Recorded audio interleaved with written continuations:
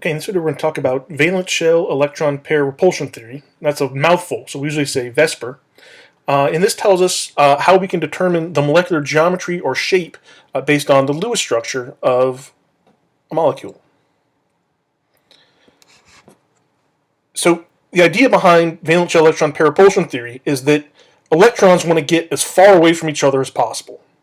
And so electrons that are involved in either bonds or lone pairs on a central atom want to get as far apart as possible.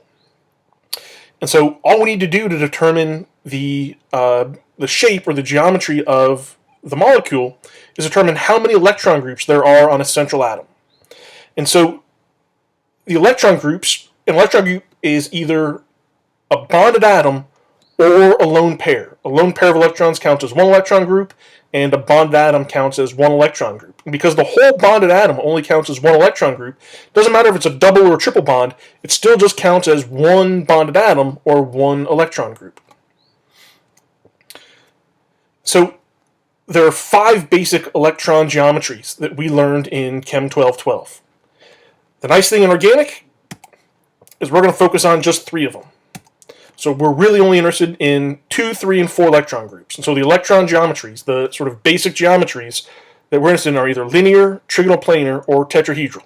Now, of course, if we have lone pairs on a trigonal planar or tetrahedral electron geometry, then that changes the molecular geometry. But it's essentially a subset of that electron geometry. So if we look at a couple examples, we're only interested in central atoms. So I don't care about the oxygens. Right? When I look at this carbon, right, this is a double bond, but we said double bonds, right, it's just one bonded atom, right? Both bonds are going to the oxygen, so this just counts as one electron group, and that's one electron group. So that has 2 electron groups, so its electron geometry is linear. In this case, I've got 1, 2 bonded atoms, I have 1, 2 lone pairs, so that's 4 electron groups total, and so that's going to be tetrahedral. And in this example, I've got a double bond, but that's still just one bonded atom. It's just the one oxygen there. So it has 1, 2, 3 electron groups. And so that would be trigonal planar. Now, the electron geometry doesn't differentiate between whether we've got bonded atoms or whether we have lone pairs.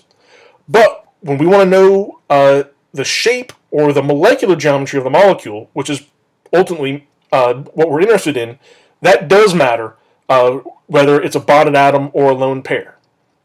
And now, when our book refers to geometry, it's talking about the molecular geometry, not the electron geometry.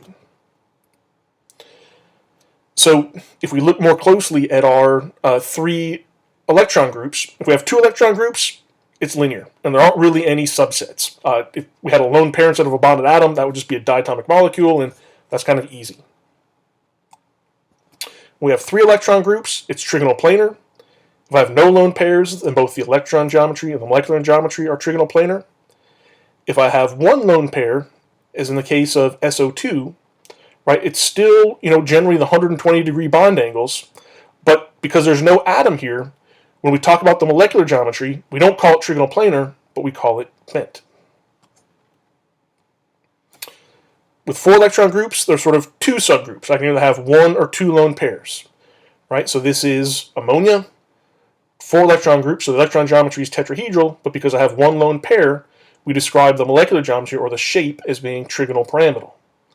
If I have 2 lone pairs, as I do in water, then the molecular geometry is bent. In all of these, though, right, when I go from tetrahedral to trigonal pyramidal, essentially I'm just popping off this atom where there's really just going to be a lone pair there. And when I go to the bent, right, essentially I've popped off 2 atoms where I've replaced them by lone pairs. In all of these molecular geometries, the ideal bond angle is still 109.5.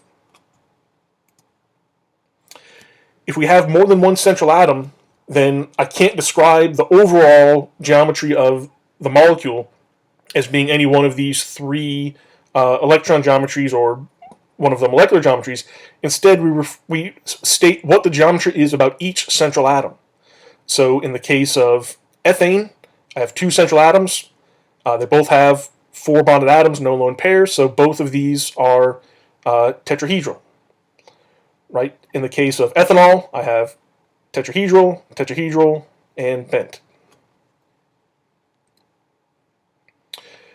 So if we do a couple of examples, in this case, right, this carbon, 1, 2, 3, 4 bonded atoms, no lone pairs, so he should be tetrahedral, the same as this carbon. Our other central atom is this carbon, has 1, 2, 3 bonded atoms, no lone pairs, so it is trigonal planar.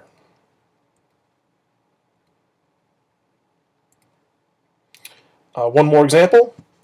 If I look at this oxygen, 2 bonded atoms, 2 lone pairs, so 4 electron groups, so the electron geometry is tetrahedral, but because it has 2 lone pairs, the molecular geometry is going to be bent. Our next central atom is this carbon, 3 bonded atoms, no lone pairs, so the molecular geometry and the electron geometry are trigonal planar. 4 bonded atoms, no lone pairs, tetrahedral. 3 bonded atoms with a lone pair, so I have 4 electron groups, so the electron geometry is tetrahedral, but with 1 lone pair, trigonal pyramidal. I'm sorry, I had one more example. So all of these carbons are the same. They all have 1, 2, 3 bonded atoms with no lone pairs, so they're all going to be trigonal pyramidal. These two are also the same. They have 1, 2 electron groups, no lone pairs, so they're both linear.